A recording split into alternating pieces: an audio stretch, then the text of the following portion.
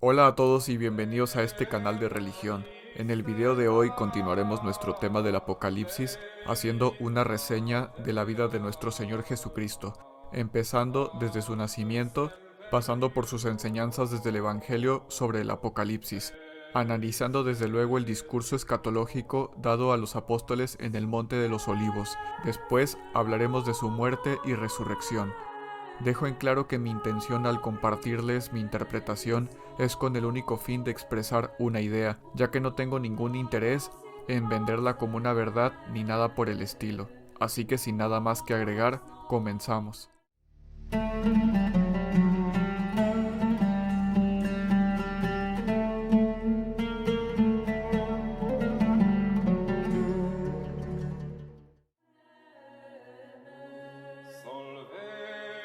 Leer el Evangelio es el medio que tenemos nosotros para poder acercarnos a la vida de Cristo, desde su nacimiento en un pesebre, siendo esto profetizado que ocurriría en Belén de Judá,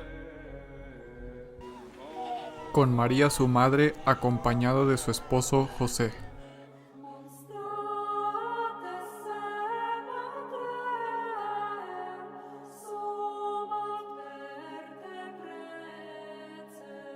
Para que posteriormente la Sagrada Familia fuera acompañada por los Reyes Magos.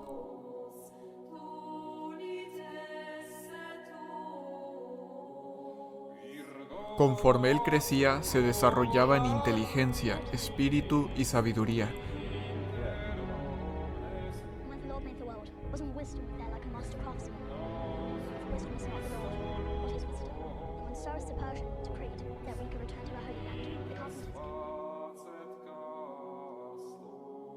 Recorrió la región donde nació, haciendo milagros a quienes tenían fe, y así fue como se hizo de seguidores. Luego de esos seguidores seleccionaría a 12 de ellos, los cuales nombraría apóstoles. También interpretó correctamente las escrituras y enseñó que lo más importante es amar a Dios con todo tu ser, pero que también se debía amar a nuestro prójimo como a nosotros mismos y a nuestros enemigos de igual manera, ya que en esa época se enseñaba a amar a tu prójimo y a odiar a tu enemigo, un pensamiento muy vigente a día de hoy.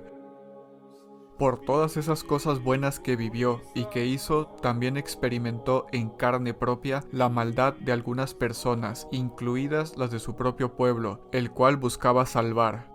En la Biblia nos menciona en reiteradas ocasiones las veces en las que algunos fariseos, saduceos y escribas, personas entre comillas doctas de la escritura y la ley de Moisés, fueron por decir menos una tristeza y amargura y decepción para nuestro Señor Jesucristo, al negarse a creer en Él hasta el punto de odiarle y conspirar su ejecución. También engañaron a muchas personas para que no creyeran en Él. Ante ese escenario es que se desenvuelve el capítulo 21 del Evangelio de Mateo, el cual nos narra la expulsión de los vendedores y cambistas del templo por parte de Jesús.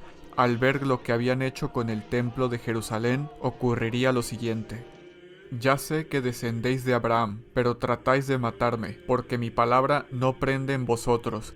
Yo hablo de lo que he visto junto a mi padre, y vosotros hacéis lo que habéis oído a vuestro padre. Ellos le respondieron, nuestro padre es Abraham.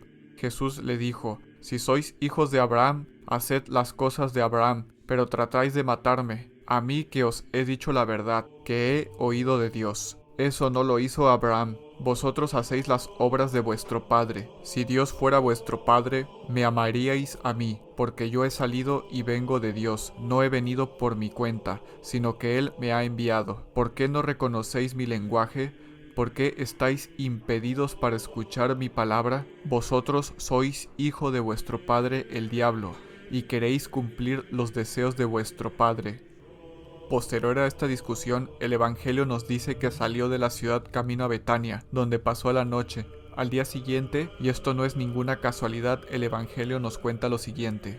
Al amanecer, cuando volvía a la ciudad, sintió hambre. Al ver una higuera junto al camino, se acercó a ella, pero no encontró más que hojas. Entonces le dijo, que nunca jamás brote fruto de ti. Y al momento se secó la higuera. Al verlo los discípulos se maravillaron y decían, ¿cómo ha quedado de repente seca la higuera? Jesús les respondió, os aseguro que si tenéis fe y no vaciláis, no solo haréis lo de la higuera, sino que incluso si decís a este monte, quítate y arrójate al mar, así ocurrirá, y todo cuanto pidáis con fe en la oración, lo recibiréis.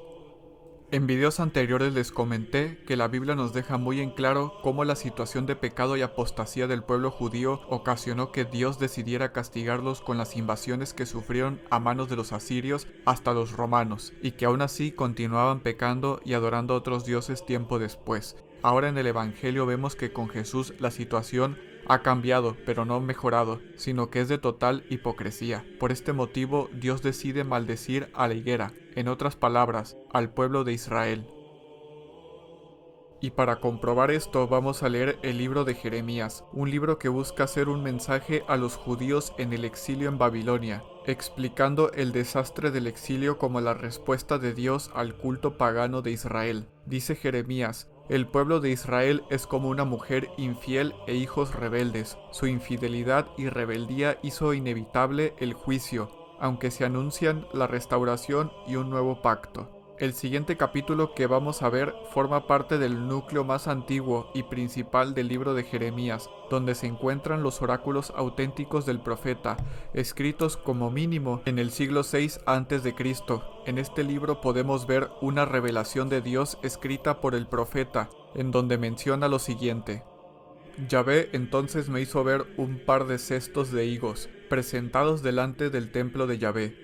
Esto era después que Nabucodonosor, rey de Babilonia, hubiera deportado de Jerusalén al rey de Judá, Jeconías, hijo de Joaquín, a los principales de Judá y a los herreros y cerrajeros de Jerusalén, y los llevó a Babilonia. Un cesto era de higos muy buenos, como los primerizos, y el otro de higos malos, tan malos que no se podían comer. Me dijo Yahvé: ¿qué estáis viendo, Jeremías? Respondí: higos. Los higos buenos son muy buenos, y los higos malos muy malos, que no se dejan comer, de puro malos.